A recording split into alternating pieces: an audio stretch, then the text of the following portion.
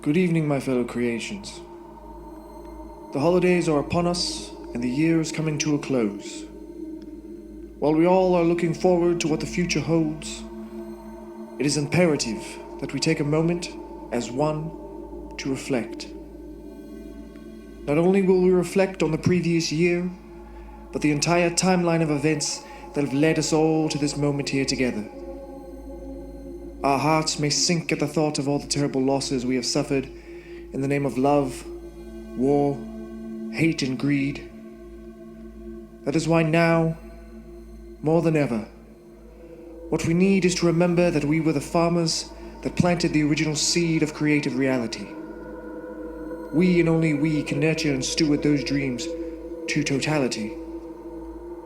Through unification, thoughtful communication, and incredible grit, anything is possible under the flag we fly. Now, my words are intended to be inspiring, but I'd be remiss to say I haven't been conspiring on my choice of words on you tonight. The last thing I wish is to fight. However, the state of the Union is in dire jeopardy, and I'm prepared to take whatever action necessary to ensure it survives and thrives in these troubled times. That being said, that brings me to the apex of my speech here tonight. Over the course of the last year with you, I set out with one quest in mind, and that was to prove that with a little bit of magic, nobody could be somebody. I should have been welcomed with open arms to the very peak of priority, yet when I walked through into your realm, my existence was mocked. It began with making the union between a masked stranger and myself in some mockery of namesake. I held out hope that you could put your faith in strangers, and he showed me exactly why you cannot. I wasted no time after that to start seeing the extents I could take my magic, what kind of creations I could use against my enemies. The first man I recruited was the kind Reverend John Cody, whom allowed me to use his body as a vessel for my associate Enoch Hyde. Although I could only trust Mr. Hyde with less than a grain of salt, his wisdom and powers of manipulation were extremely useful. When the time came for me to get my revenge, I, along with Mr. Hyde, who I now had spellbound to a wheelchair to keep him from getting away, made our presence known and let the stranger know that his actions have consequences. I had hoped that would have been enough to convince him and all of you of my place in this world, and yet the world remained quiet. Upon my final meeting with the stranger, I ensured my victory by not only having Mr. Hyde by my side, but I extended my reach and created my first two viable creations, 0 and 1, utilizing a hybrid of my genome and the genome of 2 volunteers. Unlike Mr. Hyde, I needed them to have the ability to fight in my place, yet remain under my control. So I created unique, stylish suits for them to wear. While we still had to face the trials and tribulations of this new world, I felt a sense that the world was starting to turn around. But looks can be deceiving. I should have expected Mr. Hyde to try and utilize my own magic, my own creations against me. He was almost successful. Unfortunately for him, he didn't understand the book only works for me. When he tried to use the book, it cursed him and brought upon terrible pain and disease. Before I came here, it was my job to ferry lost souls into the land of new creation, but this was my first experience doing it in the mortal world. To save him from his pain and give him peace, I absorbed his soul, and from the forge of his ashes, I crafted a coffin to encase his soul in, that I then buried in the heart of the desert, until the time came when I would find him a new body. For now, again, all was quiet. Then, as if nobody asked, a man swoops out from the sky in bright, obnoxious spandex, telling me he's the hero around these parts, and that I am the villain in this here story. But the logic to his point was as hollow as the man himself.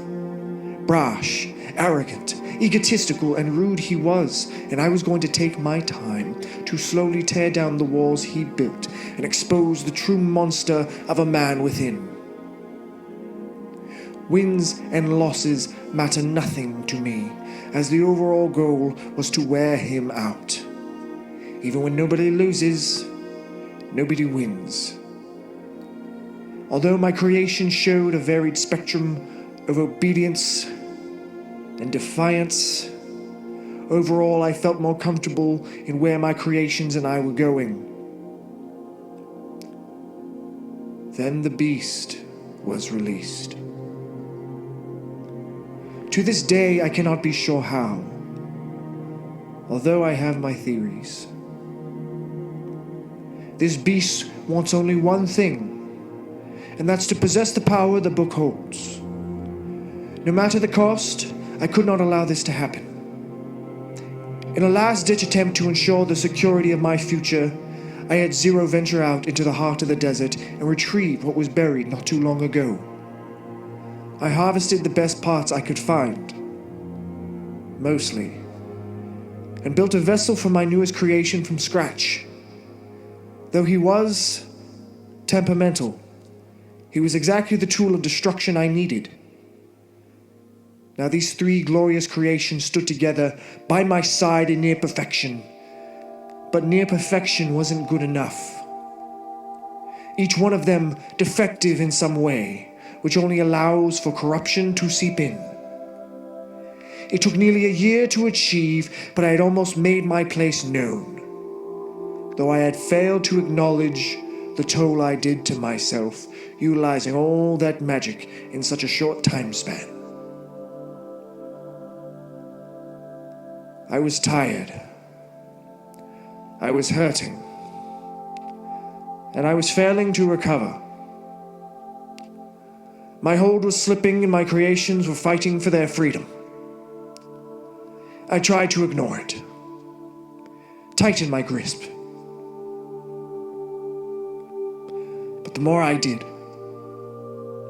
the more it took from me, and I still had more important things to protect. So one day, I granted them the freedom they desired. I left no note. I said no goodbyes. At first, nothing was different. But eventually, they realized that I wasn't coming back. And they were free. They shed their skins and proclaimed with glee, "We don't need nobody. Nobody will see. My boys, you tried, and yet you see, you're nobodies without me." Now I sit afar and laugh, because now you two are on Beast's and Moxie's staff. While I wish you all the world's glory and gold, you just never had me sold. You don't deserve me. You never will. But that doesn't keep my heart from hurting still. You were my creations, my partners, my friends. But your heart wasn't with mine, so this is where our story ends. If I should ever return to the world of professional wrestling, I shall not return with altruistic intent. Although you may be deceived that the spectacle of violence I bring to be a gift, the truth of the matter is I come bearing a terrible burden. While your heroes chase the ghosts of fortune and glory, I chase the pen that writes this story. I will not pay another dime, but I will offer you my time, my body, and my soul. In return, I have only one goal: to do things unlike everyone else.